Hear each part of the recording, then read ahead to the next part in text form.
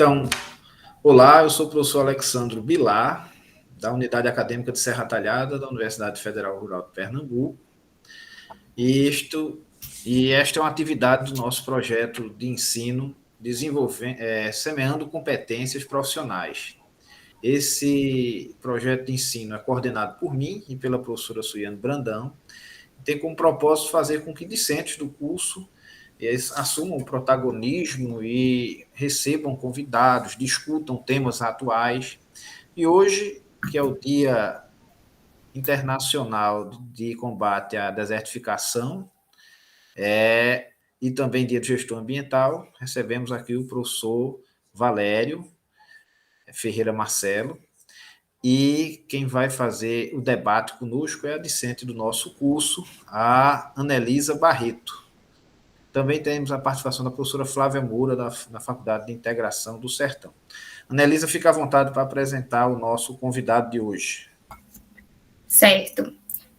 Conforme Alessandro Bilar já me apresentou, vou dar continuidade apresentando, o nosso convidado, Valério Ferreira Marcelo, que ele possui licenciatura em Biologia na FUNESO 1998, especialização em Gestão Ambiental na FJN 2014, mestrado em Engenharia Ambiental na UFRPE 2015 e doutorado em Desenvolvimento e Meio Ambiente na Prodema UFPE em 2019.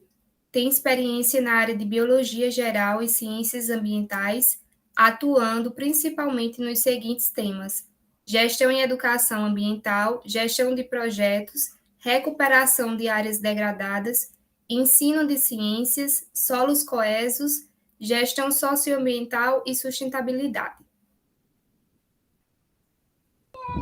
Olá, boa noite a todos, um prazer, obrigado pelo convite. Junto aqui com meu colega professor Alexandre Bilar, vamos aí iniciar esse diálogo, né, sobre a questão da desertificação, mas também fazendo um link com os temas que são muito mais próximos da administração, que aí é o foco da maioria dos alunos que contempla o projeto. Vou aqui compartilhar a apresentação que o professor Valério enviou para que ele dê início à sua fala.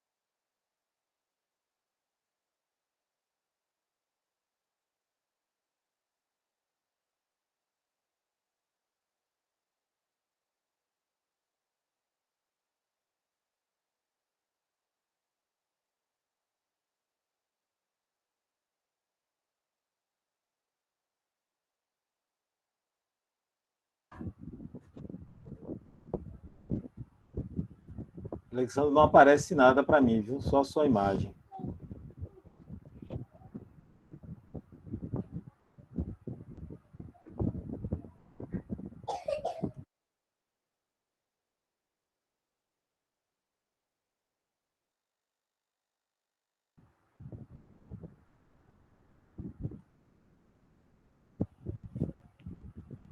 Ok.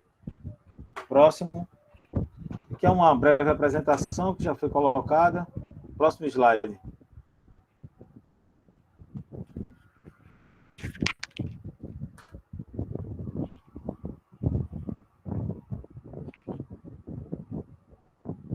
Próximo slide.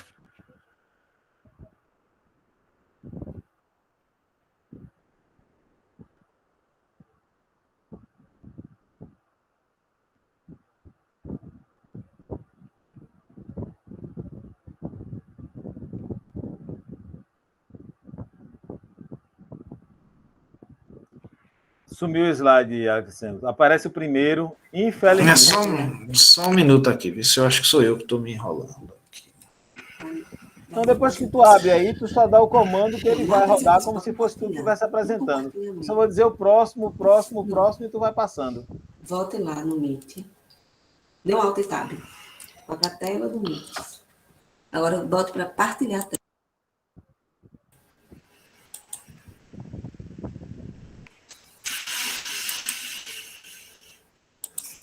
Só um minuto. Tranquilo.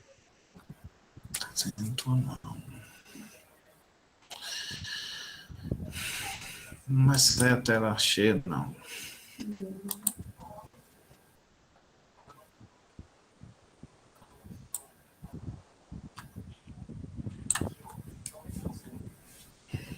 Pronto, professor. Veja aí, sim. Vamos lá.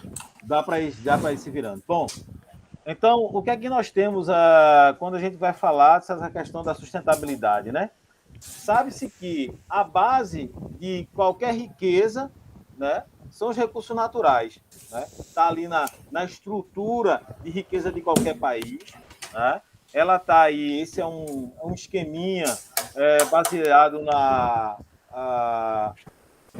publicação do Seifert, que é um livro que trata sobre a questão da gestão ambiental, que são os pilares, né, dos pressupostos da sustentabilidade. E aí nós temos o pilar social, né, cultural, econômico, né, geográfico, econômico, cultural e ecológico e a tecnologia. Aí acima, eles estão aí repousando sobre as políticas, né? E sobre as políticas tem os recursos naturais. E aponta o cume ali, né, o desenvolvimento sustentável. Para que você alcance, segundo esse esqueminha aí do Seifert, o que é que você tem? Como base de qualquer desenvolvimento e de riqueza de qualquer país, nós temos os recursos naturais.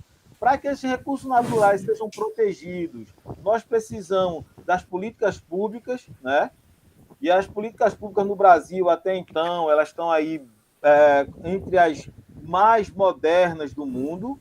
Isso não é fala alheia, né? Ela é comprovada, é reconhecida como as políticas mais modernas do mundo, embora estejam agora, nesses últimos 4 anos, sendo paulatinamente, digamos assim, agredidas, né? Que as políticas públicas, as políticas voltadas para a proteção dos recursos naturais, as que estão aí postas, são fruto de discussão da sociedade. E discussão da sociedade construída com muito trabalho, né?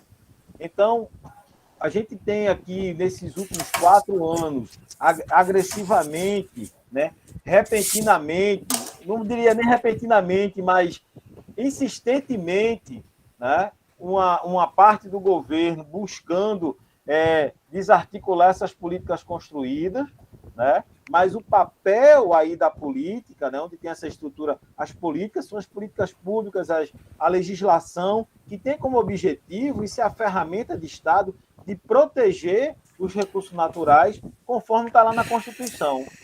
Né? Ter isso como a legislação é a ferramenta do Estado para proteger os recursos naturais para gerações futuras. E ali também como proteger esses recursos naturais como fonte de riqueza. Ponto. Né? Então, essa estruturinha, essa ilustração, né, adaptada aí falando sobre o equilíbrio da sustentabilidade, a busca pela sustentabilidade exposta pelo Seifert, ele traz isso com muita clareza. Então, temos recursos naturais protegidos pelas políticas públicas e é esteada, é sustentada, os pilares são todos esses: social, cultural, ecológico, e aí dentro do ecológico você coloca todos esses aspectos de conhecimento, geográfico, porque tem um componente geográfico, cada bioma, cada estrutura tem suas particularidades, elas precisam se apropriar para entender o que é que a gente pode utilizar, da forma que pode utilizar, se é um ambiente que você consegue só utilizar do ponto de vista da paisagem, né? A beleza cênica. Então, você não vai degradar. Tem uma legislação nova aí que uma parte do governo está querendo, inclusive, explorar as cavernas que tem no mundo inteiro. As cavernas são exploradas do ponto de vista turístico, né? Querem, inclusive, retirar isso como espaço de conhecimento, né? Então, caiu um pouco, Bilar, por favor. Então, essa estrutura aí, essa imagem do Seifert, ela mostra claramente como está como deve ser distribuído, né, para que a gente consiga ali alcançar os parâmetros da sustentabilidade. Pode ir para o terceiro slide. Esse é o primeiro de entrada. O segundo...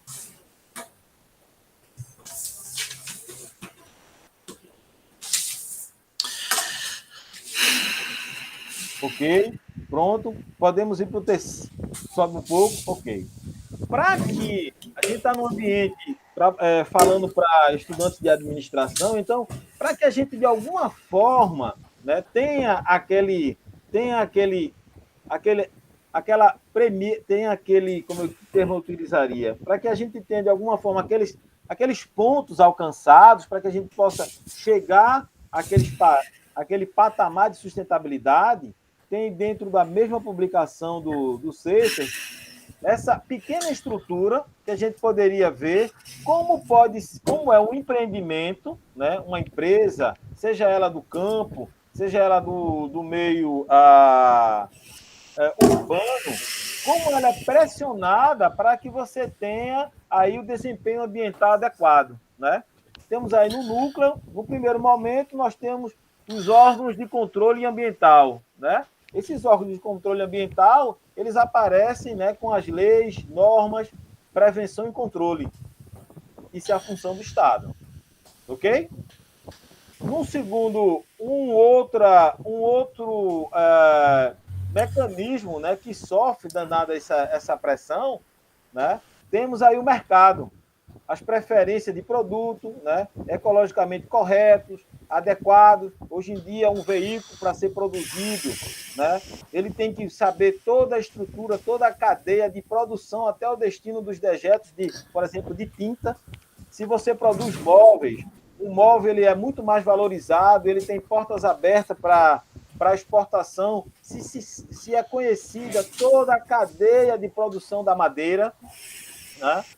Se você fala da produção de grão de uma forma sustentável, você precisa saber em que área ele é produzido, em que condições ele é produzido. Então, tem essa pressão do mercado. A sociedade também está lá, né? As associações comunitárias, os ambientalistas, os organismos não governamentais, a mídia fazendo seu papel de pressão, né? Tá? Também levando informação, que o papel é esse, né? Os proprietários de um negócio, que o objetivo é lucro, a gente está num ambiente capitalista, não adianta sonhar, né? A utopia do socialismo está posta, mas o ambiente, no geral, é capitalista. E aí, para quem investe um recurso, ele quer retorno. Né? E também ele exerce uma pressão.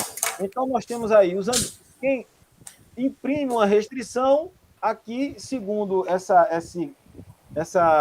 quadro, né, essa figura adaptada do Seifert, quem impõe essas restrições são os ambientes de organismos de controle, que eu, de alguma forma, discordo com ele. Né? Eu teria mais que não são restrições, é regulamentação. Restringir é você simplesmente proibir, mas você contém, você media, você controla, não chega a ser restrição, tá?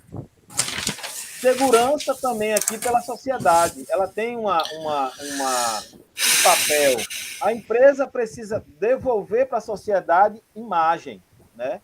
E aí, além de tudo isso, ter aí um preço, qualidade, selos verdes. Então, toda essa estrutura, seja ela de empresa voltada para produtos do campo, seja ela para uma empresa da indústria voltada para o ambiente urbano e vice-versa, que eles se conversam, eles sofrem esse tipo de pressão, tá certo?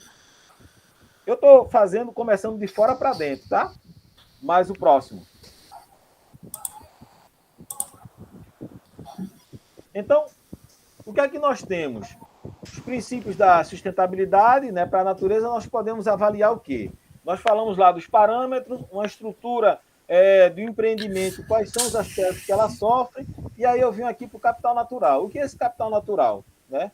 É um componente da sustentabilidade que constitui os recursos e serviços naturais, que mantém a nossa e outras espécies vivas e dão suporte às nossas economias. Então, o que é que dá suporte à economia é a riqueza o que é que a gente tem de natural. Tá certo? Vamos chegar lá em degradação, vamos chegar lá em desertificação. E aí nós temos o capital natural. Um outro aspecto são os recursos naturais. O que são esses recursos naturais? Materiais e energia contidos na natureza, que são essenciais e úteis para os humanos, para os seres humanos, para nós, né? Pode ser classificado como recursos renováveis, ar, água, solo, planta, os ventos, e não renováveis, como os metais, cobre, petróleo, né, carvão. Aí eu tenho aqui um ponto de discordância, que solo, alguns autores entendem como sendo recursos renováveis, mas já tem uma corrente nova discordando disso. Porque o tempo que você leva para ter uma camada de solo, né, agricultável, né, arável, de produção, é muito tempo. Né? Desde que você tem toda aquela camada de rocha que sofre pelos aqueles processos naturais de decomposição, até você ter uma camada profunda, que você tenha crescimento radicular, que você tenha os componentes minerais, para que essa camada de solo seja efetivamente agricultável, você tem um tempo que leva alguns milhares de anos. Então, a discussão do renovável aqui, há discordância de alguns autores, tá certo? Vamos seguir em frente. Então, e aí nós temos, com a soma daqueles dois aspectos anteriores, os serviços naturais, que são os processos disponíveis pela natureza, né? Como exemplo, reposição da camada superior de solo, que é um serviço natural, então ele leva um tempo muito grande, que dão suporte à vida e aí às economias, quando a gente fala da agricultura. Aqui tem uma imagem que na transposição de figura eu acho que deu algum probleminha, ela não conseguiu ir, mas não é nada, era meramente ilustrativa. Próximo. E aqui nós temos os recursos naturais, somado aos serviços naturais, nós temos o capital natural. Então, o serviço, né, o ar, a purificação do ar, controle climático, proteção UV, né, em relação à camada de ozônio, a água, purificação da água, tratamento da água, o solo, produção de alimento, reciclagem de nutrientes, renovação da camada arável, né, a vida, aí a questão da biodiversidade, o controle populacional, o controle de pragas, porque a gente entende que tem aí uma espécie predando a outra, nós temos aí os animais que estão ali no topo, né? Da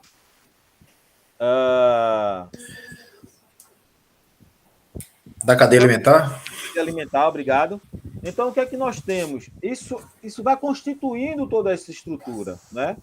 Energias renováveis, não renováveis, minerais não renováveis e aí por diante. Então, nós temos recursos naturais, somado aos serviços naturais, nós temos o capital natural. Tá? Próximo ponto. Então, a vida humana e as economias, elas dependem desse capital natural. Então, muitas dessas atividades humanas, elas podem trazer o quê? Degradar o capital natural, porque você tem o uso inadequado dos recursos naturais e, com consequência, você tem aí uma perda, né, desses serviços naturais prestados pelos recursos naturais. E você vai ter perda desse capital natural. Então, retirando recursos que a natureza necessita de milhares de anos, de muito tempo para repor, como eu dei o exemplo ali do solo, da camada de solo, a sobrecarga dos sistemas ambientais, né, uma população, como a poluição e resíduos ao meio ambiente. Isso vai trazer uma degradação dessa estrutura ambiental, né, desses serviços naturais, e vai trazer o empobrecimento e tantas outras questões que a gente está vendo aí. O próximo ponto. Então, o meio ambiente ele precisa de gestão sustentável e de ferramentas de proteção ambiental. A sustentabilidade ela requer soluções que podem aí você ter, elas podem ser políticas e científicas. Esses dois pontos eles estão bem à tona agora na mídia, né, nos últimos anos, e provavelmente vai ser foco de muita discussão do ponto de vista político. Um candidato inteligente ele vai puxar esses aspectos para o seu debate político quando for aberta aí as campanhas eleitorais, como é que chama? A campanha eleitoral mais claramente, tanto em nível federal quanto em nível estadual, tá certo? Por quê? As políticas, né, as leis, a legislação, ela precisa estar apoiada com respaldo científico, porque não adianta você criar legislação sem estar parada com respaldo científico, com a produção de conhecimento, né? E quando eu falo do meio ambiente, eu falo aí de uma área multidisciplinar. O indivíduo da administração, o engenheiro de diversas áreas, o biólogo, o ecólogo, o historiador, ela é multidisciplinar, né? Ela não tem como você simplesmente se apropriar da discussão quando se fala das questões ambientais, né? Então, por isso que ela precisa estar fortemente amparada pela questão científica, porque não são só aspectos meramente técnicos. Se eu falar aqui de um colêmbola, que é um animal pequeno que vive ali nos espaços de caverna, eu não consigo falar apenas dele, simplesmente fechado, sem falar do espaço de espeleologia, da discussão, onde essa caverna está instalada, não é? Quais são as pessoas que vivem em torno, né? Se eu falo do espaço de Caatinga, né, de um mocó, de um animal pequeno daquele espaço de Caatinga, eu não consigo falar dele sem perceber quais são os aspectos econômicos, o sujeito que está ali envolvido, né? Os aspectos administrativos do ponto de vista governamental, social, que empresa está introduzida naquele espaço, como é que ela pode, de alguma forma, contribuir, trazer conhecimento. Então, é um debate amplo e que precisa de todo o conhecimento necessário. Então, essa questão, o meio ambiente, ele precisa, né, para ter essa gestão sustentável, desses aspectos muito bem amarradinhos. Próximo ponto. Então, dado todos aqueles pontos que a gente colocou lá, fazendo um recorte aqui mais próximo para a questão da desertificação, quais são os fatores? Desmatamento, né? Tem o desmatamento sem planejamento. Há método de você fazer o uso adequado da vegetação de um determinado local, né? Tem técnicas, tem procedimento, né? Tem um engenheiro florestal que pode ajudar a fazer isso de uma forma responsável, né? Tem todas essas questões, tem a agroecologia que pode ser feita utilizando de uma forma muito mais racional o espaço, né? Produzir muito mais, né, num espaço menor, sem a necessidade de você ampliar as áreas de agricultura, né? As práticas agrícolas inadequadas, que trazem uma elevação da área de desertificação. Deixar claro, gente, a desertificação ela é causada pela ação humana, pela ação antrópica, né? Os espaços de deserto, né, embora tenha do ponto de vista semântico essa semelhança, depois eu posso aqui colocar para o professor Bilar alguns artigos que tratam isso de uma forma muito mais tranquila, bem fácil, que trazem outros componentes para enriquecer o debate e o conhecimento dos alunos, mas que são pontos distintos, né? A desertificação ela vem por conta, principalmente, do uso inadequado do solo, né? E de outras ações causadas pelo homem. Tem os aspectos naturais? Tem, mas eles são menos impactantes. Tá certo? Então, práticas agrícolas inadequadas, né? Sem rotação de cultura, sem fazer uma cobertura adequada do solo, uso de fertilizante, uso de agrotóxicos, né, que alguns lugares, se você escutar usando o termo defensivo agrícola, é um agrônomo que deve estar falando com todo respeito aos agrônomos, mas se você ouvir agrotóxico, provavelmente é alguém do campo da administração, da engenharia ambiental, da biologia. Então, são nomes de acordo com seus interesses para o mesmo tema. Então, o uso da água sem uma gestão adequada, né? Pastagem intensiva, né? Como praticada na pecuária, sem um planejamento, são esses aspectos que causam aí a desertificação. Entre outros, tá certo? Próximo ponto. Quais são essas consequências da desertificação? Perda da biodiversidade, porque você tem você retira ou suprime a vegetação. Quando você suprime a vegetação, você tem perda da biodiversidade. Eu não trouxe aqui para fazer uma exposição para vocês, mas a gente teve no estado de Pernambuco, aqui na região no Agreste, o desmatamento com força de lei, de uma grande área para instalar um parque eólico, né? Com autorização da Assembleia Legislativa do Estado de Pernambuco e supressão daquela vegetação para instalar torres eólicas. Aí instalou torres eólicas, provavelmente você trouxe um dano ambiental absurdo. Mas tem lá os mecanismos de mitigação, mas esses mecanismos de mitigação, eles não garantem que você vai repor o que foi retirado da natureza. Sem contar que eu tenho uma discussão sobre a questão do uso, né, das torres eólicas, que você já tem vários estudos mostrando, olha, a energia limpa até que ponto? Você tem um desvio da rota de pássaros, depreciação da imagem do ponto de vista cênico da exploração por conta da área turística. Você tem um outro aspecto, que é o barulho, né? Dependendo da quantidade, afeta a população que está ao entorno. Então, muitas vezes também a agressão ao meio ambiente tem a chancela do Estado, né? E aí, quando eu falo Estado, nos 3 níveis, município, Estado como ente da federação e a União.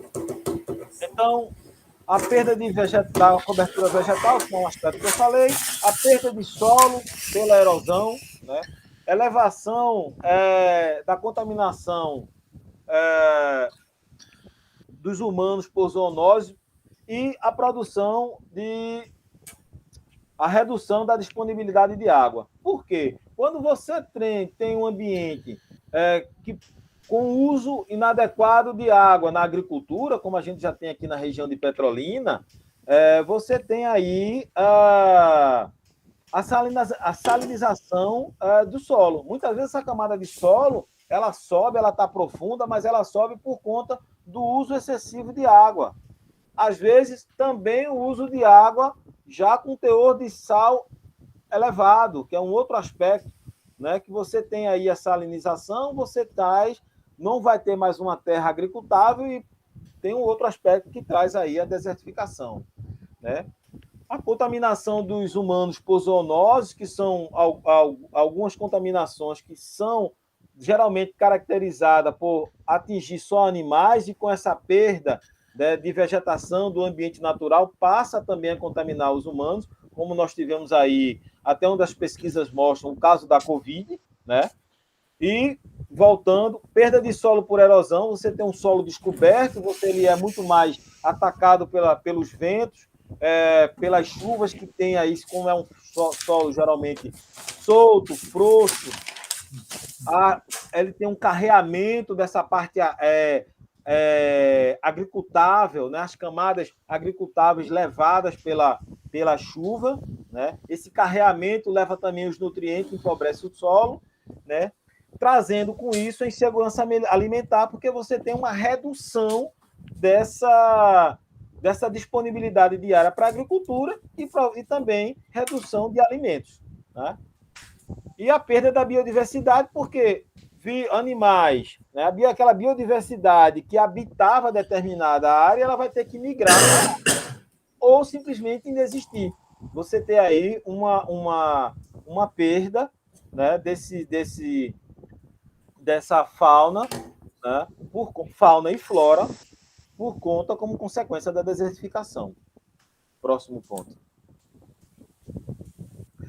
Aqui eu trouxe para vocês um aspecto sobre a questão da gestão socioambiental e sustentabilidade, que na verdade era para ele estar um pouquinho juntinho lá, mas não vai prejudicar a fala, que é o seguinte: vocês imaginem que todos esses pontos, todos esses aspectos que estão aí, foram aqui rapidamente elencados.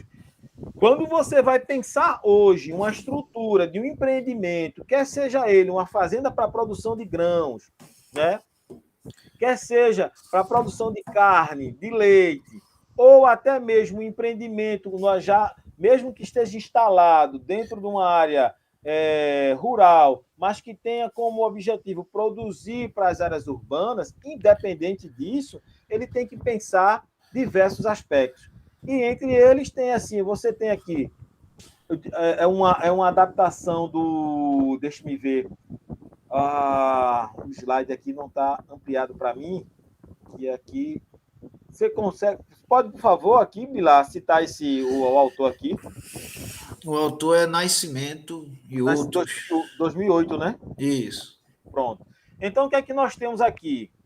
Essa discussão sobre a questão da sustentabilidade, ele divide esses empreendimentos, né? Como se a gente for pensar o que é, em três ambientes: o macro, né?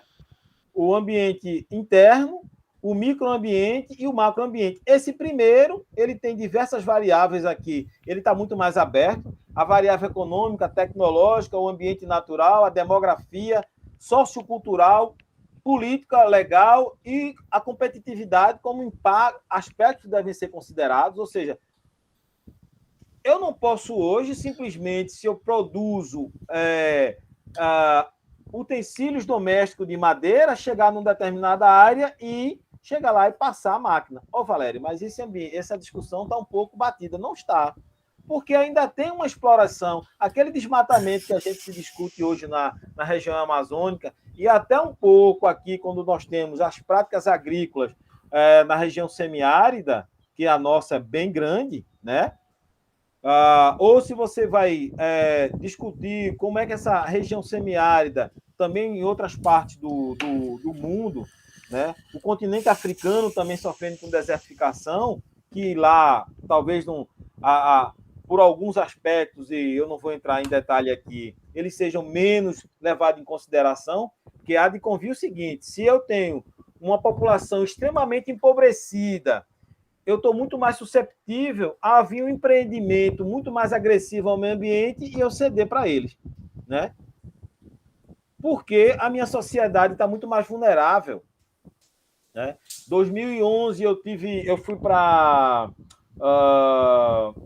Moçambique, fazer um trabalho lá para uma instituição francesa que eu trabalhava, e uma das discussões que se tinha, enquanto nós andávamos pela estrada entre uma cidade e outra, toras de madeiras enormes que estavam sendo exportadas para a China. Mas também tinha empresas do Brasil lá fazendo esse tipo de exploração. E o que é que nós tínhamos lá? Claro, uma sociedade muito mais vulnerável, muito mais empobrecida, ela está muito mais vulnerável para os aspectos da exploração. Eu quero arrumar trabalho para a população, mas eu não posso ser muito rigoroso na legislação. A sociedade brasileira ainda tem essa dificuldade do ponto de vista socioeconômico, mas nós temos uma sociedade muito mais robusta do ponto de vista de legislação e temos que ser muito mais vigilante nesses aspectos. Então, quando o empreendimento vai ser instalado dentro da variável dentro do macroambiente, as variáveis são aqui 7 listadas, ele tem que ser muito mais aguerrido nesses aspectos. O que divide aí essa demanda, né, essa relação de produtos e serviços, é o limiar que divide esse macroambiente para o microambiente. Esse microambiente, os atores já são outros, eles são muito mais seletivos, estão muito mais próximos, são os fornecedores, os intermediários de mercado. Cada um desses eles são conceituados, mas a gente não vai entrar nesse detalhe agora, né? a concorrência, os stakeholders, ou seja, são o que é que envolve aquele negócio, o que é que envolve aquele ambiente, quem participa desse processo e os seus clientes, né? Dentro do microambiente, que é o empreendimento em si, né? Aí ele já está aí muito mais ligado com onde se faz essa oferta de produtos e serviços, que divide o limiar entre o macro e o microambiente. Você tem a alta administração, marketing, produção e desenvolvimento, né? Compras, recursos humanos e finanças. Todos esses aspectos eles devem ser observados à luz de um gestor ambiental moderno, né? Para que ele tenha esse olhar voltado sobre todos os aspectos da intervenção de um empreendimento, do ponto de vista da gestão ambiental, né? E levado em conta qual a ação que ele vai ter dentro do meio ambiente. E aí você tem, se isso fosse realmente levado em consideração, nós teríamos menos rios poluídos, a questão da desertificação teria muito mais controlada, porque as empresas do agronegócio, elas são absurdamente agressivas do ponto de vista de comércio, de mercado. Então, esses aspectos eles têm que estar muito mais próximos hoje em dia, porque nenhum empreendimento hoje ele consegue exportar se ele não justifica a sua cadeia de produção de uma forma adequada. Não consegue exportar. Porque quando você leva um grão, uma tonelada de grão, né, para fora do país, você não está levando só aquela tonelada de grão. Para constituir uma tonelada de grão, você precisa de água, de solo disponível, de mão de obra qualificada, desse solo disponível com nutrientes adequados para você, por exemplo, ter uma tonelada de milho. E água. Você não vai mandar só o grão. Para chegar no grão, tem todo um processo. E hoje o mercado externo está muito mais exigente, né? Nós temos hoje aí um exemplo da invasão da União Soviética na Ucrânia, que a União Soviética já está fazendo uma guerra, né, do ponto de vista da produção de grãos. E vai deixar fazendo uma política de terra arrasada na Ucrânia. Eu não estou aqui eu não sou um expert em política internacional, mas não estou aqui fazendo defesa da Ucrânia, nem estou fazendo uma defesa da União Soviética, né? Eu só acho que todo país que ele é invadido, ele tem que revidar, né? Mas no caso ali está se defendendo. Mas dentro desse aspecto, onde é que a gente vai chegar na desertificação? Está lá. Se você não tem um espaço de gestão, um ambiente que você pense o empreendimento, a empresa, independente de onde ela esteja estruturada, né, da sua cadeia de produção de forma responsável, que leve todos esses aspectos socioambientais, né, e os aspectos socioambiental e sustentabilidade bem justos, você não vai ter essa resposta que a sociedade está cobrando. Aproveitar para dizer que tem uma ferramenta que é o GRI ou o GRI, que é o relatório de sustentabilidade, que cada vez mais empresas está tomando essa ferramenta para dizer, olha, como eu me relaciono com a sociedade, como eu me relaciono com o meio ambiente, como eu venho reduzindo o meu impacto ao meio ambiente, né, de uma forma lúdica, ilustrada, mostrando números, né? É isso. Então, como evitar essa desertificação? Evitando aqueles pontos que a gente mostrou que são as causas, e aí dentro dos objetivos do milênio, né, temos aí o objetivo 15, que ele diz proteger, restabelecer e promover o uso sustentável dos ecossistemas terrestres, administrar de forma sustentável as florestas, interromper e reverter a degradação da terra, combater a desertificação e impedir a perda da biodiversidade. Ou seja, está tudo amarradinho, porque a gente está sempre, muitas vezes, preocupado, olha, sem água, mas sem solo, você não tem nem água. Porque os aquíferos eles são protegidos pelo solo. Né? A água que está armazenada no subsolo, nos aquíferos, a que a gente protege, que a gente utiliza, ela é filtrada pelas densas camadas de solo. As estruturas de armazenamento de água, elas estão ali, repousam sobre o solo. Então, cada vez mais a gente tem que discutir a importância do solo na sociedade e combater a questão da desertificação. É isso. Perfeito. Parabéns, professor Valério. Uma bela explanação. Está mais administrador do que eu, viu? Falou muito termo aí, interessante na área da administração. Falou uma autora que eu uso aí, a Ceifé.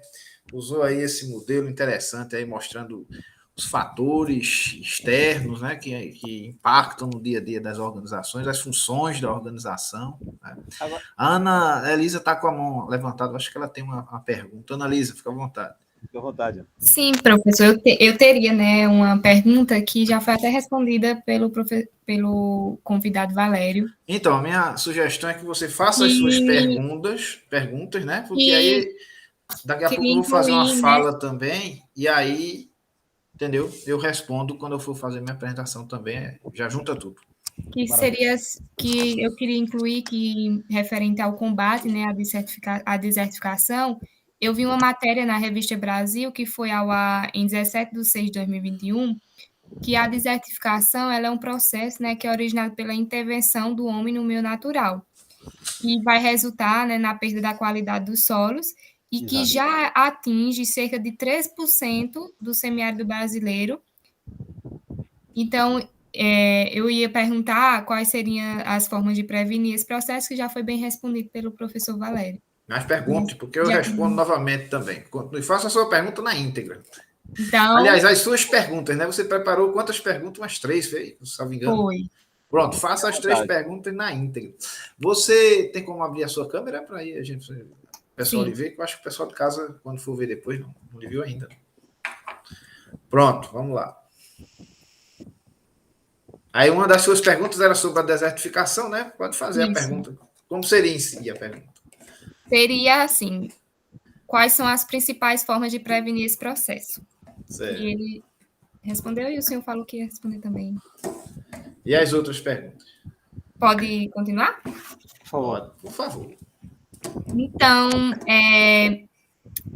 sobre a ESG, né, que é um tema bastante importante, que vem crescendo bastante, e eu queria colocar aqui um exemplo. Imaginando, então, né, um negócio que causa um enorme impacto ambiental e também social com sua atividade, e que sua equipe ela trabalha em condições péssimas, sem nenhum cuidado com a saúde, com a organização, né? Sim. E também com seus benefícios. Então, com esse perfil, é notório, né, que não dá para traçar um panorama positivo para crescimento e seu desenvolvimento sustentável no mercado. E é aí, né, que vai entrar, né, o ESG, que vai servir como um parâmetro para orientar as empresas na aplicação dos critérios ambientais, sociais e também, né, de governança, pois se um negócio ele valoriza e se empenha, né, em ter um negócio, né, que valoriza e tem sua posição no mercado, ela vai passar a ser mais respeitada. Então, segundo foi publicado numa revista que li, que é a revista Gama, sobre o tema, li que vem crescendo cada vez mais, né, o interesse das empresas no ESG e a importância, né, de se ter profissionais atuando nelas. E gostaria de saber como está atualmente as oportunidades de trabalho, né, nessa área. Tem outra pergunta que você quer fazer? É melhor você fazer as perguntas em bloco, que aí a gente já responde tudo em bloco. Uhum. A terceira pergunta é sobre o desenvolvimento sustentável. Inclusive, sobre o seu livro, né? que o senhor ia falar, né, apresentar, ainda vai, né? Ainda vou. Então, a autora Akemini Tahara, ela afirmou no artigo que eu pesquisei, né, publicado em 2018, na revista Agência Brasil, que o país com a maior biodiversidade do planeta é o Brasil.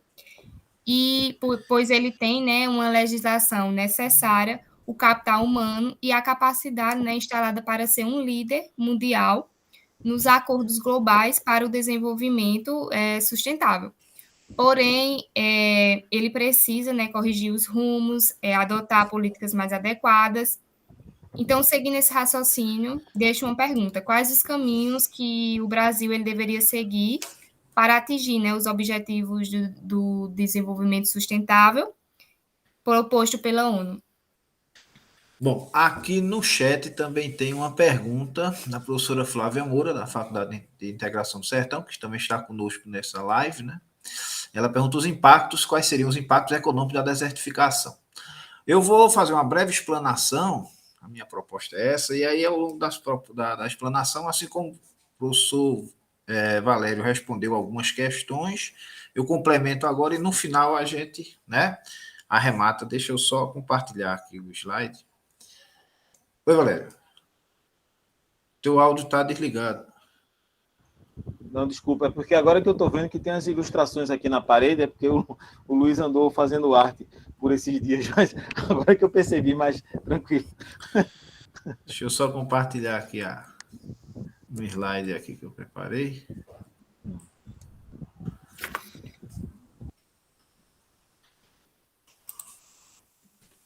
Só um minuto aqui para compartilhar. Aí no final a gente faz uma discussão mais. Vejam só aí se vocês conseguem enxergar aí o slide.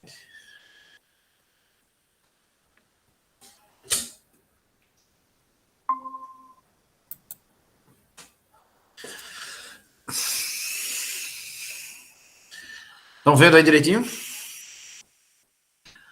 Sim, professor. Bom, então vamos lá, né? Muito do que o professor Valério falou se encaixa como uma luva com o que eu vou falar. Parece que a gente fez, isso não é por acaso, né?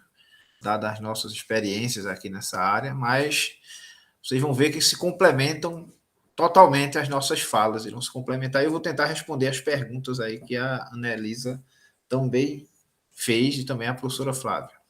Bom, a nossa ideia é falar um pouco aqui sobre o nosso livro, né, Caminhos para a Gestão e Desenvolvimento Local Sustentável, e, ao mesmo tempo, essas duas temáticas centrais de hoje. Lembrando aqui que eu mando um abraço especial ao professor Marcos, que coordena, Marcos Sobral, que coordena o MBA em Gestão Ambiental, MBA Profissional em Gestão Ambiental da UFRPE, onde eu leciono também, tá? Além dos cursos de bacharelado em Administração e Ciências Econômicas aqui da UAST, eu também leciono no MBA em Gestão Ambiental da Universidade Federal Rural de Pernambuco. Bom, hoje, dia 17 de junho, como foi lembrado, né? Esse é um propósito da nossa fala hoje, é o Dia Mundial de Combate à Desertificação. E só para a gente ser bem didático, a data foi criada pela ONU, com o propósito de sensibilizar a população sobre os problemas que esse fenômeno pode trazer para o planeta, né? E também para lembrar que a solução para essa degradação dos solos é um esforço que vai necessitar do envolvimento de todos os setores da sociedade. As palavras que eu coloquei aí em letras garrafais, né, em letras maiúsculas, são para frisar isso, tá? O que seria a desertificação? O professor Valério falou bastante, deixou claro. Segundo a Convenção das Nações Unidas para o Combate à Desertificação e Mitigação dos Efeitos da Seca, né, a expressão, o termo desertificação é utilizado para caracterizar as realidades de degradação extrema. Isso se aplica ao solo, à cobertura vegetal e à biodiversidade. E está associada aí à perda de capacidade produtiva das regiões áridas, semiáridas e subúmidas secas, né? Lembrando aí que a professora Flávia perguntou sobre os impactos econômicos, né? A gente vai falar também sobre isso. Para vocês terem uma ideia, a área afetada por processo de desertificação no Nordeste corresponde a mais de 12% do seu território. Isso varia de estado a estado, né? Aqui em Pernambuco, por exemplo, temos aí cerca de 20% do nosso território cometido aí pelo fenômeno da desertificação. Uma área muito grande, né? Mais de 200 milhões de hectares, considerando aí o Nordeste como um todo, acometido aí, né? E nós do semiárido temos aí uma dificuldade muito grande em enfrentar esse fenômeno e precisamos enfrentá-los de frente, né? O professor Valério bem lembrou que a desertificação é um fenômeno que é derivado aí da influência humana. Eu trago uma foto aqui de Gilboés, no Piauí, onde é um dos núcleos de desertificação, né? O nosso famoso Vasconcelos Sobrinho, desde a década de 70, ele elencou aí 4 grandes núcleos de subdesertificação no Nordeste. Um deles é esse aí, em Gilboés, no Piauí. O outro é em Irauçuba, no Ceará. O outro é no Siridó, no Rio Grande do Norte. Vejam essa imagem, que fala por si só, né? Aqui ao centro, vocês veem aí que há uma casinha toda cercada aqui por uma situação de plena de desertificação, né? Nós temos o outro núcleo também em Cabrobó, aqui em Pernambuco, bem próximo aqui ao sertão do Pajeú, de onde eu falo. Eu estou falando aqui de Serra Talhada. Vejam essa foto de satélite aqui tirada no ano 2000, ilustra bem essa questão da desertificação, como a vegetação, né, mesmo no leito aqui do Rio São Francisco, não consta, né? Então é uma região que também sofre bastante com a questão da desertificação. Causa uma série de problemas, alguns já foram elencados pelo professor Valério, e a gente vai tentar rapidamente falar de outros, né? Eu tentei trazer essa situação mais próxima aqui da realidade dos nossos estudantes, então eu especifiquei mais o horizonte do sertão do Pajeú, né? Que é onde nós estamos aqui. Eu falo aqui de Serra Talhada, muitos dos nossos alunos estão aqui ou na região do Pajeú, do sertão do Pajeú, né? Ou no seu entorno, em alguns municípios próximos, como é o caso aí da Ana Elisa, que está falando aí de Tavares, na Paraíba. Então, aqui no sertão do Pajeú, notem, aqui em Serra Talhada e os outros municípios, também há desertificação, né? Esse mapa, essa foto aqui, mostra bem isso, esse mapa da região do sertão do Pajeú, com os níveis de susceptibilidade à desertificação. Tá? No final da minha apresentação tem as fontes, depois vocês vejam, um estudo da Embrapa, e vejam aqui Serra Talhada, né, e vários outros municípios, essas áreas que estão numa cor assim laranja, né, são a desertificação no seu cenário mais severo. Tá? Então vejam, grande parte, aqui um percentual elevado do sertão, está ou com severo ou acentuado processo de susceptibilidade à desertificação. Ou já está com desertificação, ou está susceptível a tê-la. Né? E isso é extremamente preocupante. Tá? Se você quiser ampliar essa discussão para a bacia hidrográfica do Rio Pajeú em si, que é uma área bem grande, né, de mais de 16 mil quilômetros, cerca de quase 17% do nosso estado, o Rio Pajeú, que nasce lá em Brejinho, né, e vai desaguar no Lago de Itaparica, no Rio São Francisco, tem uma área de drenagem que passa por 27 municípios. Trago uma foto aqui da APAC, né, que mostra essa bacia e todos os rios e todos as cidades que a compõem, né, e também os cursos d'água aqui. Se você for observar essa região da bacia, o professor Eberson Ribeiro, que escreveu o livro Caminhos da Gestão para a Gestão do Desenvolvimento Local Sustentável comigo, ele fez, em sua tese de doutorado, uma análise, que ele é geógrafo, né, o doutorado dele foi em geografia, e ele mostra toda essa questão agravada aí pelas mudanças climáticas, né? Então, vejam, essa imagem aqui, esse mapa foi tirado da tese de doutorado do professor Eberson, o link está no final da apresentação, depois vocês podem achar facilmente aí pela internet. E ele mostra aqui justamente a bacia hidrográfica do Pajeú e a temperatura, né? O mapa da temperatura do ar nessa nessa bacia, ao longo dos anos. E aqui vejam que essa área mais ao sul aqui, né, da bacia, que é justamente onde está o município de Serra Talhada, Floresta, aqui já tem uma temperatura média muito elevada, né, acima dos 26 graus. Né?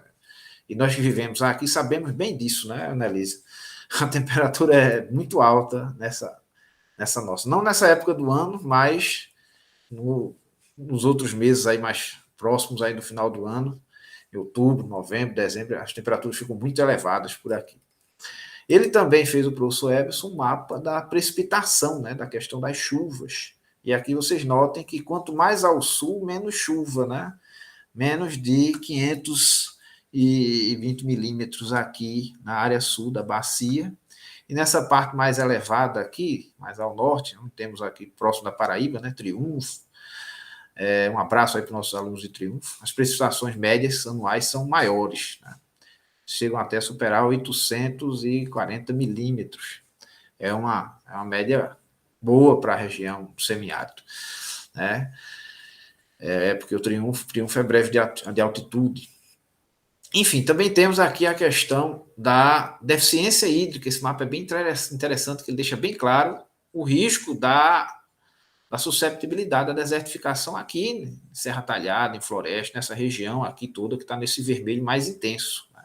Há uma forte deficiência hídrica e isso aumenta bastante a susceptibilidade de desertificação.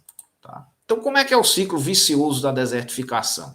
Você tem, como foi lembrado pelo professor Valério, as atividades humanas, que vão lá e retiram a cobertura vegetal do solo, o solo fica exposto, diante dessas elevadas temperaturas que nós mostramos e que, infelizmente, tendem a aumentar diante das mudanças climáticas, né, que nós estamos em curso nesse processo, você tem aí uma vulnerabilidade muito grande do solo. E aí, quando chove forte, que aqui demora para chover, mas quando chove de uma vez, como muito se diz aqui na região, a água vai e leva essa superfície do solo que tem os nutrientes e vai resultar na degradação. Tá? E formam aí uma imagem como aquela lá que a gente viu lá de Jubués, no Piauí, né? Onde vocês viram que ficam aquela danificação toda no solo, as vassourocas, né? Por conta da água que escoa rapidamente lá e leva os nutrientes, e isso vai gerar degradação do solo. Né? Como combater essa desertificação? Aí já foi uma das perguntas que a Analisa fez. Então, o professor Valério falou, e eu reforço, primeiro é para conter a desertificação, é preciso controlar esses impactos das ações humanas. E um detalhe que eu queria chamar a atenção, e uma estratégia muito interessante para isso, é a criação de áreas protegidas, de áreas preservadas, né? De áreas legalmente protegidas como as unidades de conservação.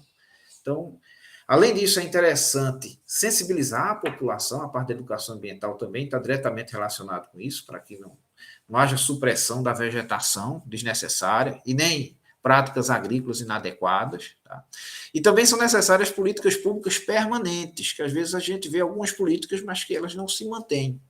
É necessário, nessa região de grande vulnerabilidade, que as políticas públicas sejam permanentes. Tá? E a gestão, né? Gestão do desenvolvimento local sustentável, que foi tema do nosso livro aqui. Na época aqui, o meu cabelo tinha maior quantidade, viu? E estava mais pretinho aqui, viu? Professor Valério. Eu e o professor Eberson, a gente escreveu esse livro, Caminhos para a Gestão do Desenvolvimento Local Sustentável, trazendo algumas propostas, né, e onde a gestão seria indispensável para isso. Sabemos que nós tivemos esse ano a comemoração aí de 50 anos da Conferência de Estocolmo e 30 da Rio da Eco 92, né, da Rio 92.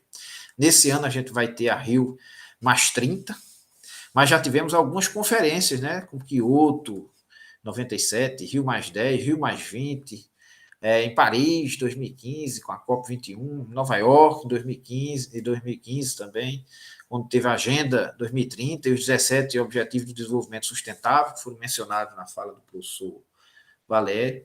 Então, tanto Estocolmo quanto Rio trouxeram uma série de ações, né?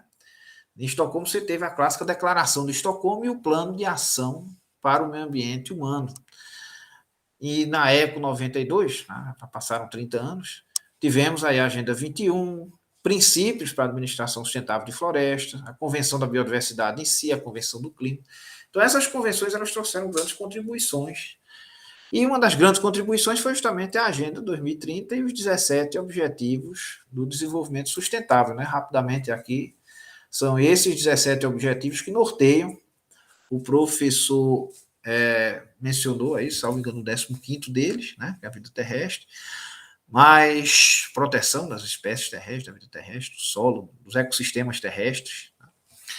Mas temos outros também igualmente importantes, né? A erradicação da pobreza, a questão da fome, do bem-estar, da saúde, está muito em voga hoje, a questão da identidade, da igualdade de gênero, a educação de qualidade, água potável, energia acessível, trabalho decente, né, com crescimento econômico. Aí tem a ver também com a questão da professora Flávia sobre o impacto econômico da desertificação, né, impactar justamente nisso aqui, diminui a chance de trabalho digno para muitas famílias que vivem na terra, né, e vários outros empreendimentos rurais. E esses são os 17.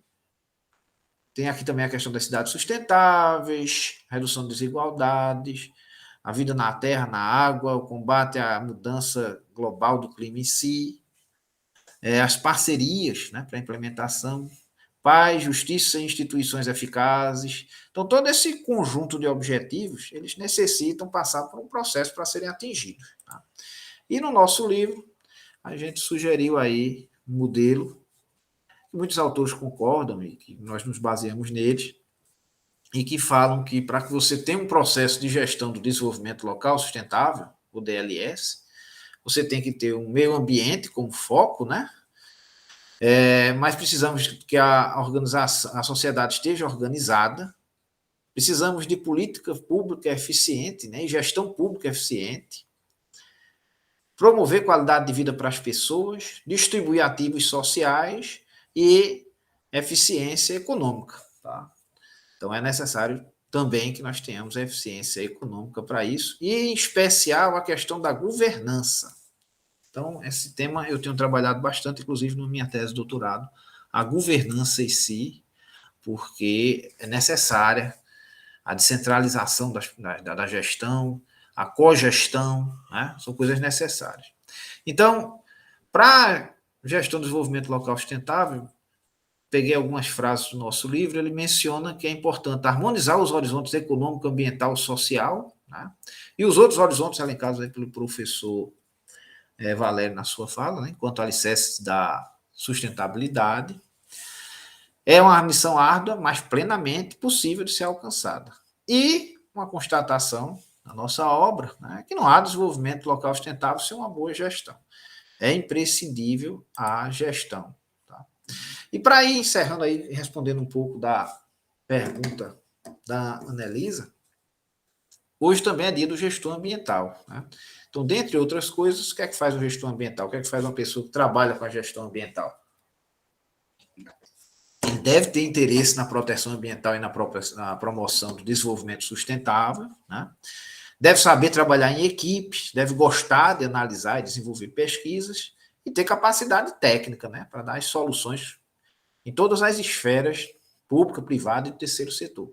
Inclusive, é uma oportunidade aí para os nossos estudantes trabalharem nessa área ambiental. Tá? A proposta desse nosso projeto de ensino também é desvendar aí possibilidades de trabalho, tá?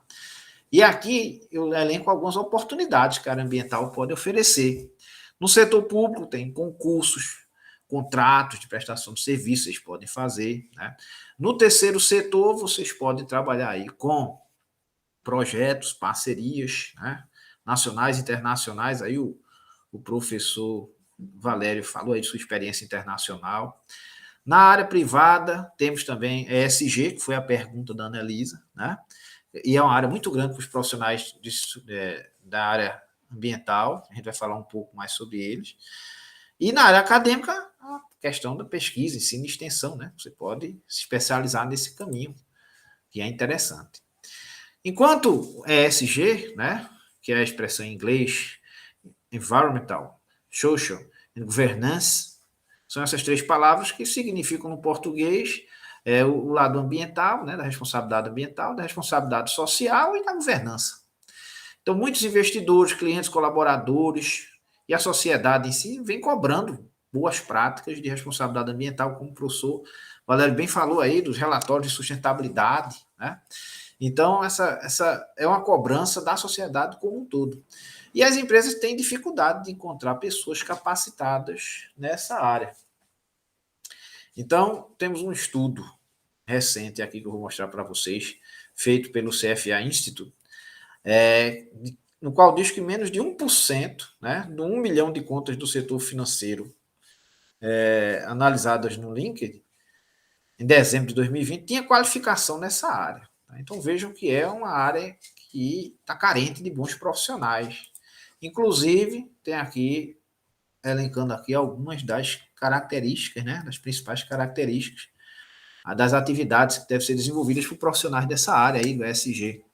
Que, dentre as principais estão desenvolver uma visão estratégica para a empresa, garantindo que a competência da sustentabilidade permeie toda a organização, e também ser um facilitador em todas as áreas da empresa para viabilizar os projetos de sustentabilidade, além de promover programas de treinamento, desenvolvimento, para minimizar os impactos internos da cadeia produtiva. Foi um dos slides aí mostrados pelo professor Valério, né? A questão da cadeia produtiva, todas as áreas da organização, toda a relação da organização com seus stakeholders, com seus clientes, né, com seus públicos estratégicos. Tá? Então vejam aqui que as principais atividades de quem trabalha nessa área, quem deseja trabalhar nessa área, estão direcionadas a isso, tá? Para que os indicadores de desempenho, de sustentabilidade da organização, eles, né, inclusive na Bolsa de Valores você tem um índice de sustentabilidade empresarial, né? Então isso está sendo muito requerido hoje para todas as organizações. Um detalhe especial para quem deseja trabalhar nessa área é que é uma área que exige qualificação, né? Essa mesma pesquisa aqui, que foi publicada na Exame, depois vocês podem ver, tem a fonte aqui, tá? Mostra que a especialização, né, na área de meio ambiente a maioria dos profissionais que responderam à pesquisa que trabalham na área atestaram que tem uma especialização, o mestrado, né? Então, é preciso você estar sempre se qualificando. E são profissionais de várias áreas, tá? Não apenas administradores ou economistas, mas como bem falou o professor Valério, é uma área interdisciplinar, né? Então você tem várias pessoas para resolver os problemas ambientais, você precisa de profissionais de várias áreas. Inclusive eu trouxe aqui, peço licença aí para mostrar, uns áudios de alguns colegas que são de algumas áreas aí do meio ambiente e que enviaram aqui para que nós tenhamos aqui essa participação. Eu recebi os áudios do Gustavo, que é diretor do meio ambiente aqui de Serra Talhada. Ele mandou uma mensagem para a gente. Também mandou uma mensagem para a gente o Diego Meirelles Monteiro, que é da Reserva Biológica da Serra Negra. E também mandou uma mensagem para a gente o Rodrigo Ferraz, que é gestor do Parque Estadual Mata da Pimenteira. Então, são profissionais de várias formações, né, que mandaram aí as suas falas e que depois a gente pode, na live, se der tempo, expô-las, né? Agora eu prefiro passar a palavra para que a nossa querida Anelisa faça mais alguma pergunta, se ela achar necessário, nessa breve explanação que a gente trouxe aí de forma complementar à do professor Valério.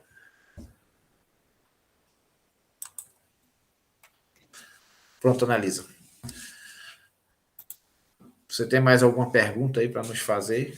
Pergunta não, eu queria dar minhas considerações, né, finais, falando, né, que quero agradecer pela oportunidade de estar participando desse projeto de ensino, que teve temas, né, abordados com excelente apresentação pelo participante Valério, né, e pelo professor Bilar, e que tenho certeza que sairei, né, com mais consciência, né, da importância de construir um caminho mais sustentável para melhorar a nossa qualidade de vida e das próximas gerações também, para conservar tanto recursos naturais e o meio ambiente. E também queria, hoje, como estamos comemorando, né, o combate à desertificação e o Dia do Gestor Ambiental, que é uma grande conquista, né, professor? A conquista, né, da profissão, e que esses profissionais eles devem receber, né, todo o mérito possível, né, pelo seu trabalho impecável e necessário. Então, eu queria deixar aqui meus parabéns a todos os gestores ambientais que trabalham nessa área.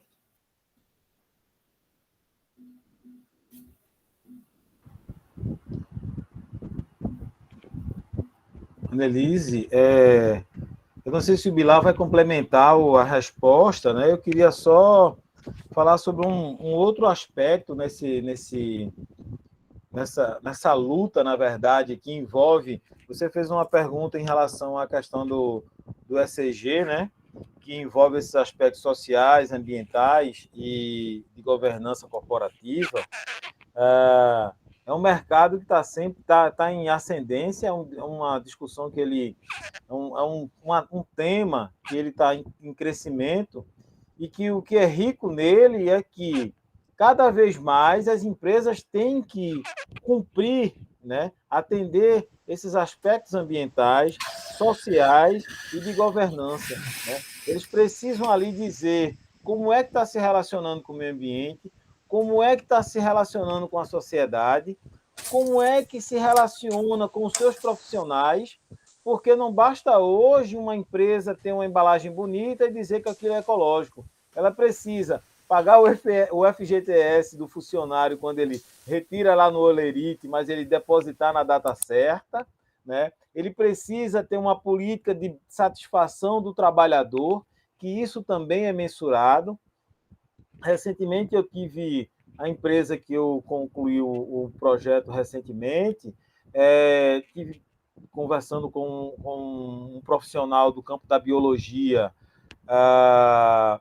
e ele falava o seguinte: ele trabalha para a Agência Internacional de Energia Atômica, ele dizia, olha, lá você, na função de coordenador, você é avaliado pelos seus pares nos status de função menor, porque é preciso entender como é que está essa relação de baixo para cima, e não de cima para baixo, que é um olhar diferente sobre essa questão da gestão, que vocês estão muito mais apropriados do que eu para falar isso aqui, mas assim, quando você fala dessa discussão ambiental, a relação com o indivíduo também é importante, porque o ambiente é visto num olhar mais, num olhar mais holístico, no todo, no completo, né?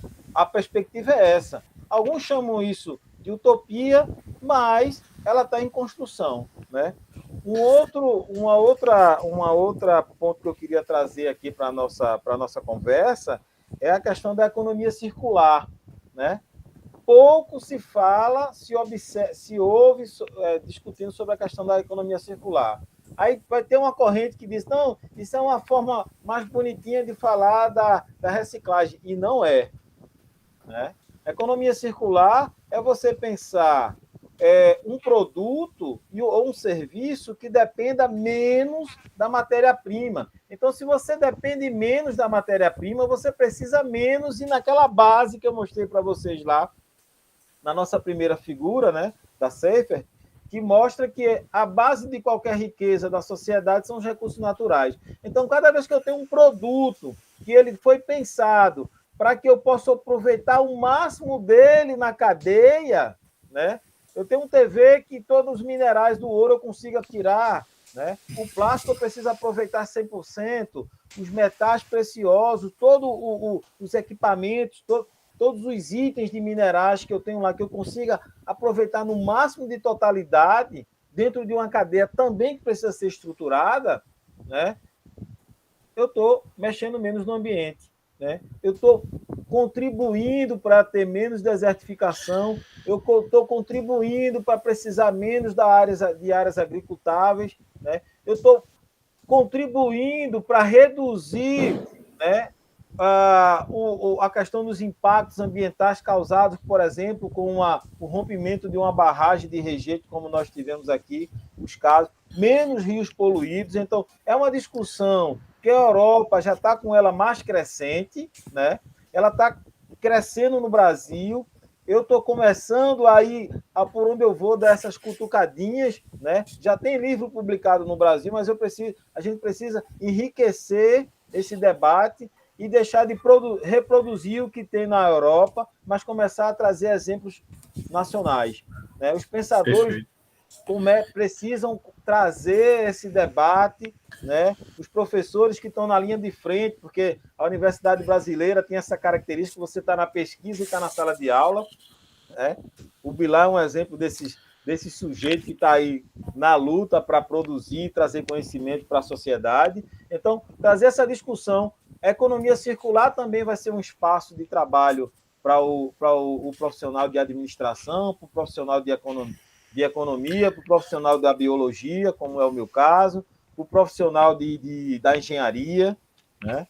Então, é esse ponto. Perfeito. Eu só queria pedir a licença de vocês para colocar o áudio aí dos meninos que enviaram, dos nossos convidados. Só compartilhar aqui novamente a tela com os áudios dele.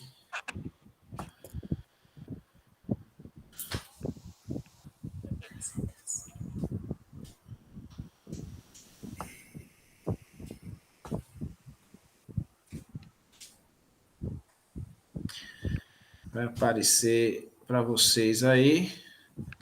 Bom, primeiro que enviou o áudio foi o Gustavo, ele vai se apresentar, ele é aqui de Serra Talhada, né, diretor da Secretaria de Meio Ambiente.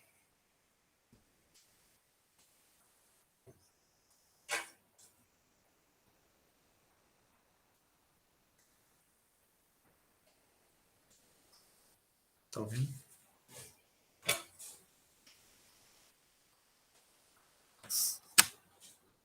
Uma pequena participação aqui nessa discussão temática sobre o Dia Nacional do Gestor Ambiental e ao Dia Mundial do Combate à Seca e à...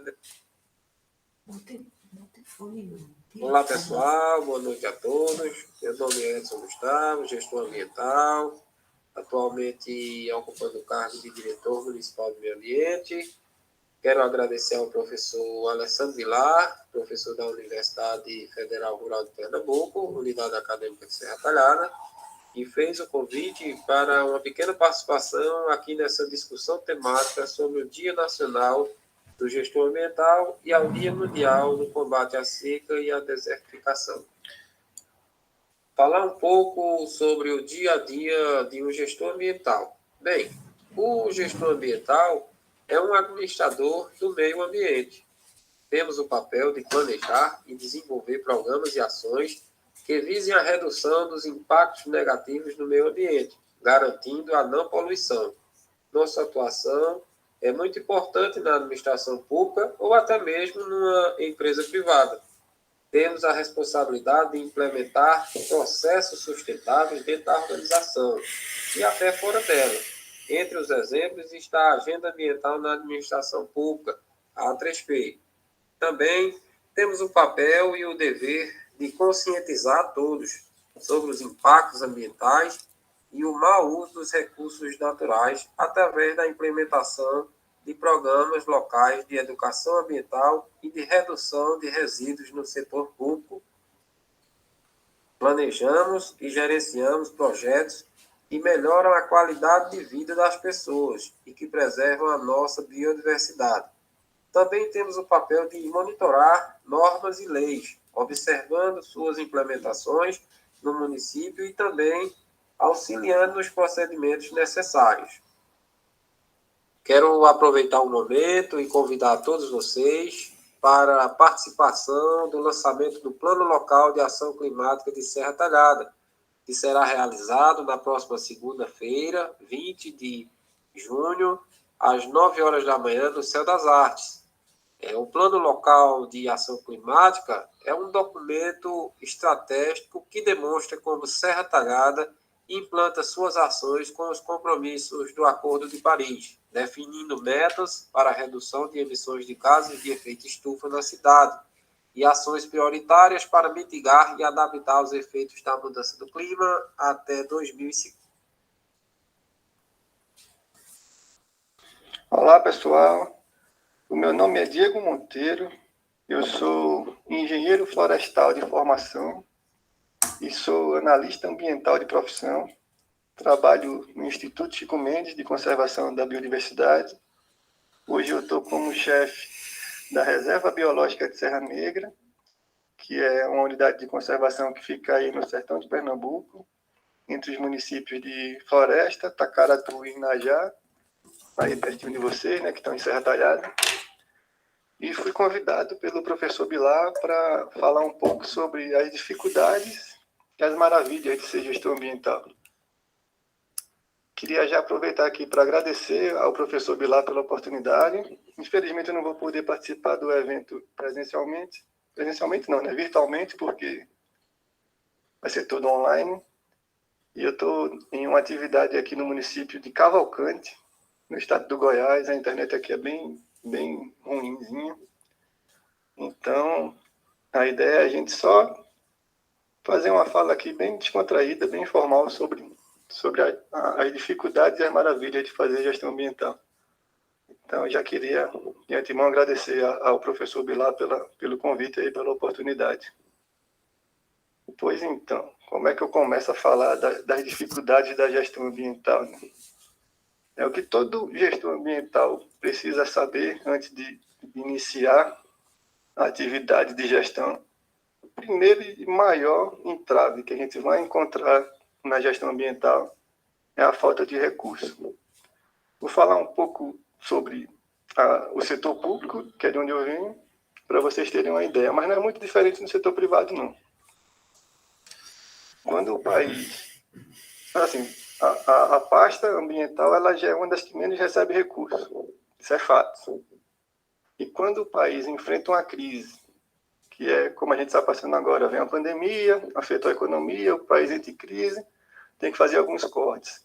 Qual é a pasta que vocês imaginam que ele corta primeiro, assim, sem nem pestanejar?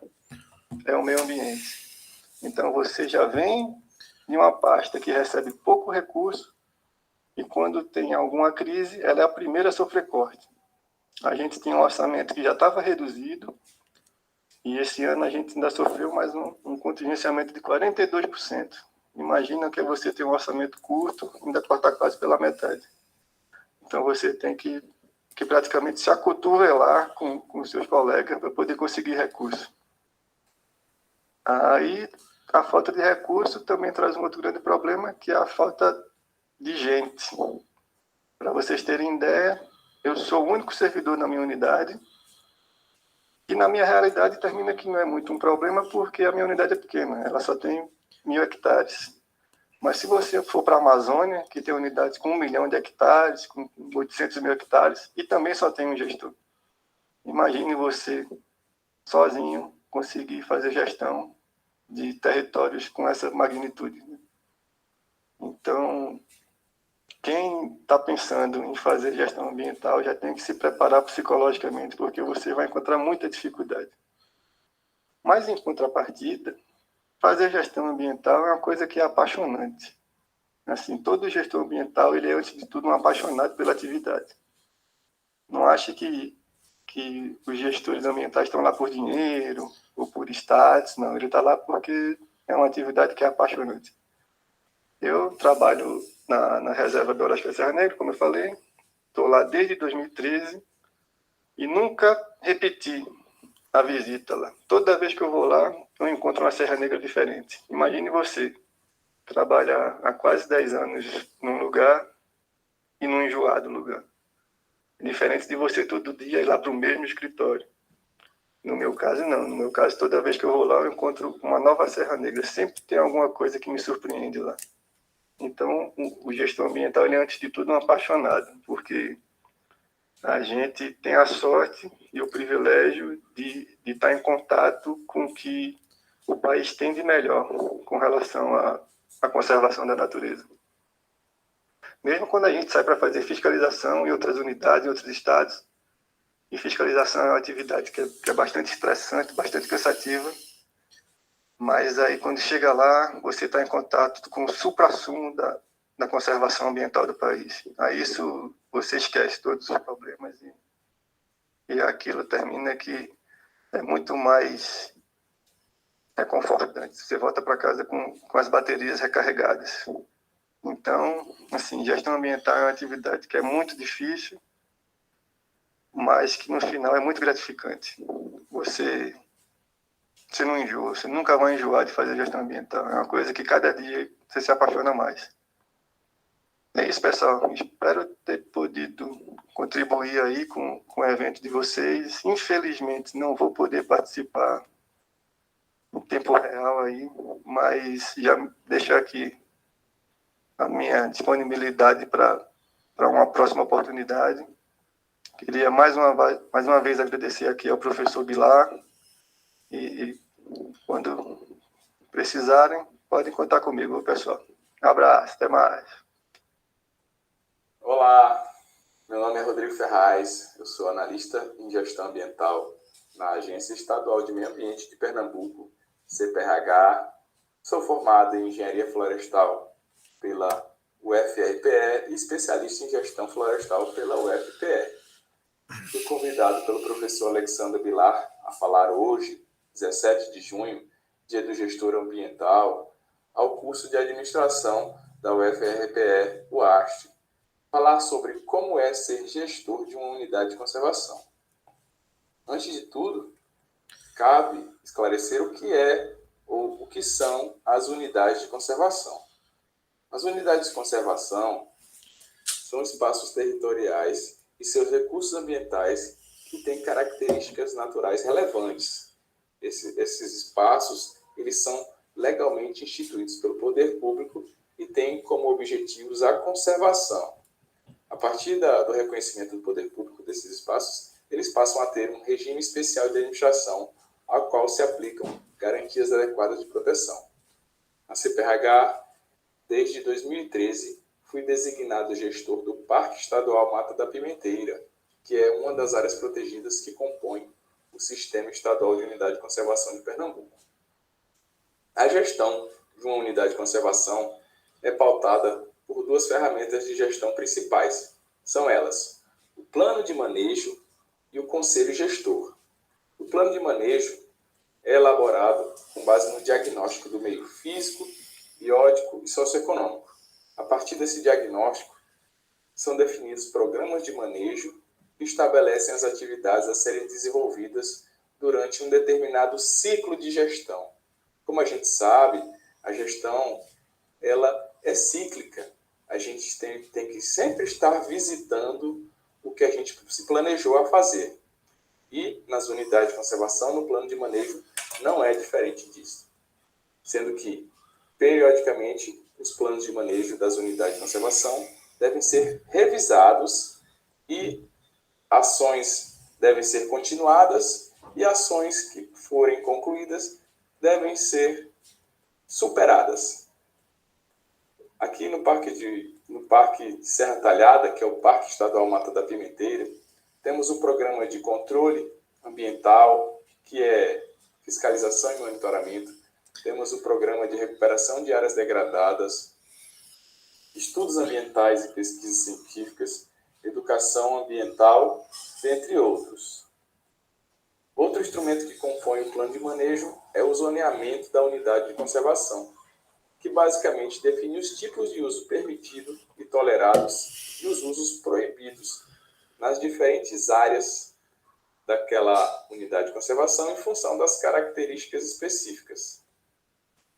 Já o Conselho Gestor é um fórum onde as diferentes instituições do poder público e da sociedade civil organizada relacionadas direta ou indiretamente à área são ouvidas sobre as diferentes questões referentes aos conflitos do território e possíveis soluções de problemas. Uma das funções do gestor da unidade de conservação é presidir esse conselho gestor. Eu fecho a minha fala dizendo que são inúmeros os desafios inerentes à gestão das unidades de conservação, requerendo diferentes profissionais atuando nesses territórios. Esses profissionais devem desenvolver ações, projetos que busquem o atingimento do objetivo de criação daquele espaço em consonância com as atividades previstas nos programas de manejo. Me coloco à disposição do curso de administração para, numa outra oportunidade, falar um pouquinho mais sobre a gestão das unidades de conservação. E convido vocês para visitar o nosso Parque Estadual Mata da Pimenteira.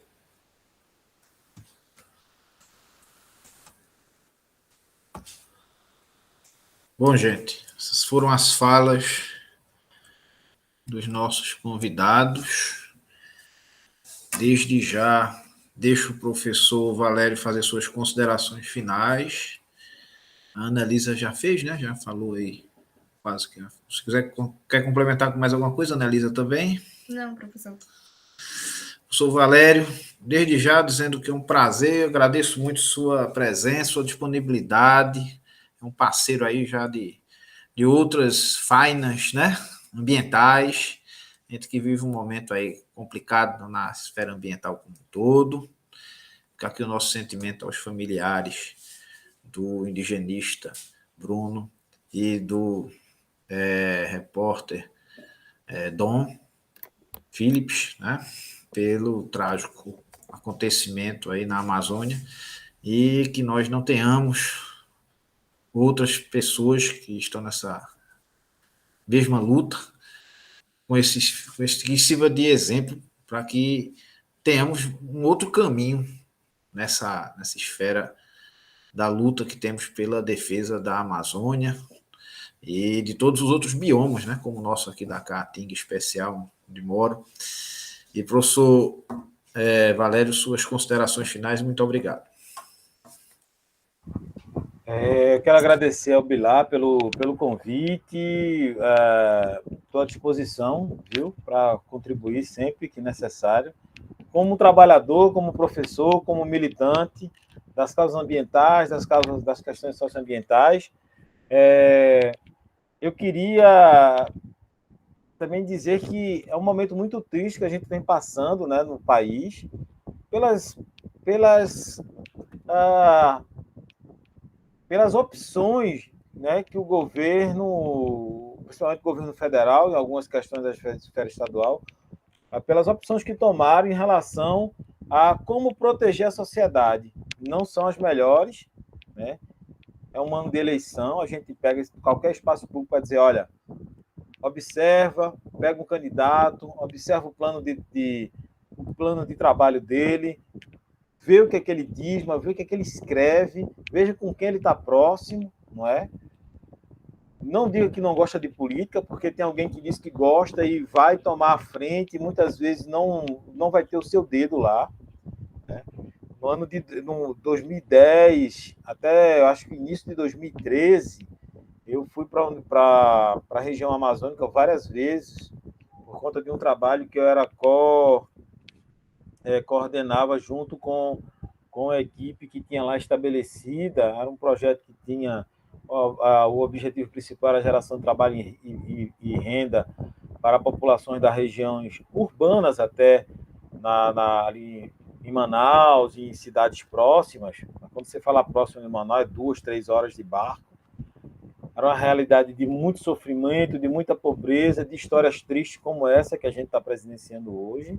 E a gente tinha um governo que era muito mais próximo da sociedade, né? E já acontecia, porque quem está voltado a fazer essas facetas do mal, de exploração da sociedade e dos recursos naturais de forma inadequada, faz desafiando o poder estabelecido, desafiando as leis. E é preciso ter uma gestão forte, ter uma sociedade forte para ter esse embate, né, e exigir que a lei seja cumprida e que a sociedade seja respeitada. Agradecer o espaço, espero ter contribuído e estou à disposição, viu, ao professor Bilar, meu amigo de longa data. Obrigado, a Elisa, a Flávia também. Mais uma vez, eu muito grato ao professor Valério. Um abraço para a Flávia, um abraço para a Anelisa. Muito obrigado, Anelisa. E até uma próxima oportunidade. Se Deus quiser. Tchau. Boa noite. Boa noite a todos.